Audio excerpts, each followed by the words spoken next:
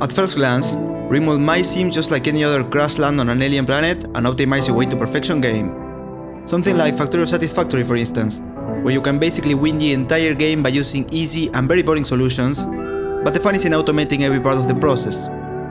Or like Oxygen Not Included, a colony sim where you have to master complex processes in order to keep your crew alive. But, although these games have their similarities, there are aspects that allow Rimworld to be much more accessible and make it enjoyable in many other ways than the satisfaction of optimizing everything.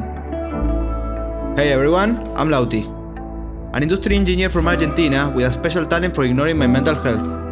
After spending my 9 to 5 optimizing everything in sight, I like to relax by playing games where I optimize even more things.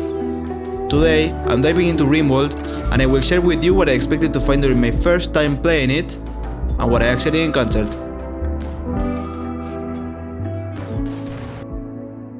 Welcome to Rimworld, guys. This is a sci-fi colony simulation game, similar to Oxygen Not Included or Dwarf Fortress. You'll generate a planet, crash land on a location of your choosing, and the main goal is to develop until you can escape by a spaceship. Sounds familiar?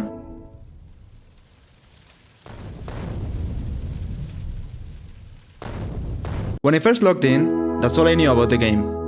I hadn't tried Dwarf Fortress, but having played Oxygen Not Included, I expected Rimworld to scratch a similar itch, like Factorio Satisfactory. I thought I'd find a pure optimization game, an experience about using efficient systems to support my progress. Take Factorio for instance. Factorio is a very addictive game in which you create factories with the same end goal, building a rocket. Here, you begin by managing fuel, mining resources, and generating energy to produce items and convert them into science packs. These packs unlock the production of more complex items, which are essential for progressing further. On the other hand, Rimworld's progression is much more straightforward. While you still need systems like cooling to refrigerate food, the path to your end goal is simpler. For research, you assign a task to your big brain colonists, and to obtain resources, you can trade or embark on small missions. In the vanilla game, there are almost no elaborate processes required to keep your colony running smoothly. What I quickly realized is that this simplicity is intentional. Rimworld isn't about efficiency and complex processes. It's about the things that happen to your colony and how you deal with them.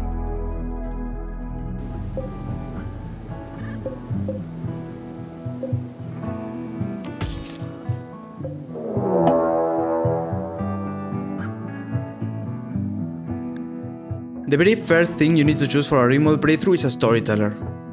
This sets the tone for your entire game, as storytellers determine how and when events happen to your colony. These events range from raids and colonies contracting malaria to volcanic winters that freeze everything outdoors, among many, many others. The first option for our storyteller is Cassandra Classic. She presents an ever-growing challenge, starting off easy and gradually scaling up to the hardest the game can get, which may seem pretty predictable and standard. Never trust her though. She is evil and seeks to destroy you and everything you love. Every boon she gives is a calculated attempt to make you feel like you know what's going on, only to stab you in the back the very next day. Then, there's Phoebe she lacks. It's easy to be misguided by how cool her name is. She's actually an amnestic psycho. She'll forget about your existence for months at a time, but when it comes back to her, you'll get hit with everything at once. Lastly, we have Randy Random.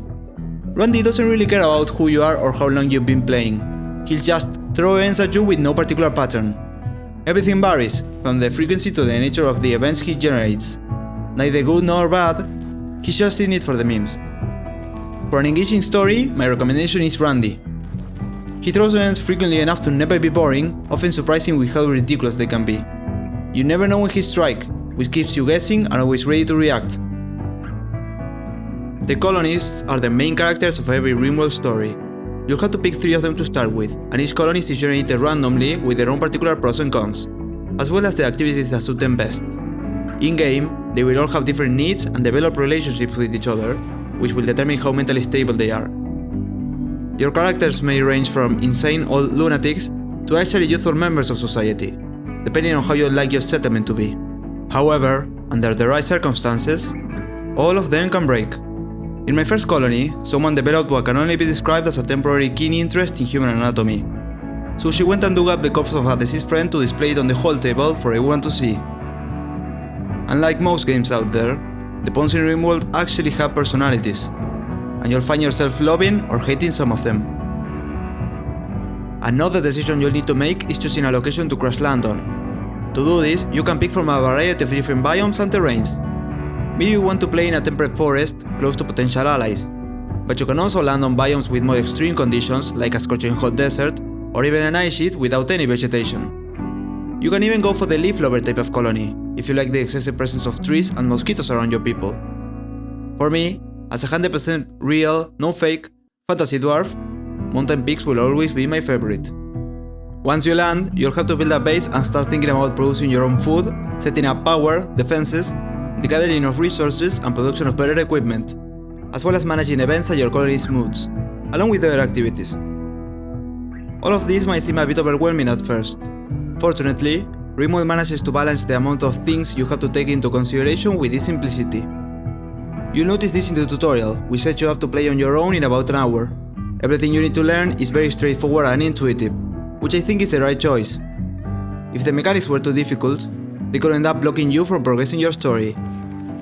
Now, don't get me wrong, Rimworld is not easy. This is one of those games where you can lose it all in just a few seconds. However, it's very easy to pick up if you want it to be. For instance, say you wanted to tame a healthy, adult wild rhino. You send your colonies with the highest animal skill to try and domesticate it. Now, you could dive deep into the numbers related to this activity and get a precise probability of your colony succeeding. But you can also just send them and 2 others with machine guns. Just in case. This more simplistic approach to gameplay is one of the key differences that separates Rimworld from Oxygen Not Included.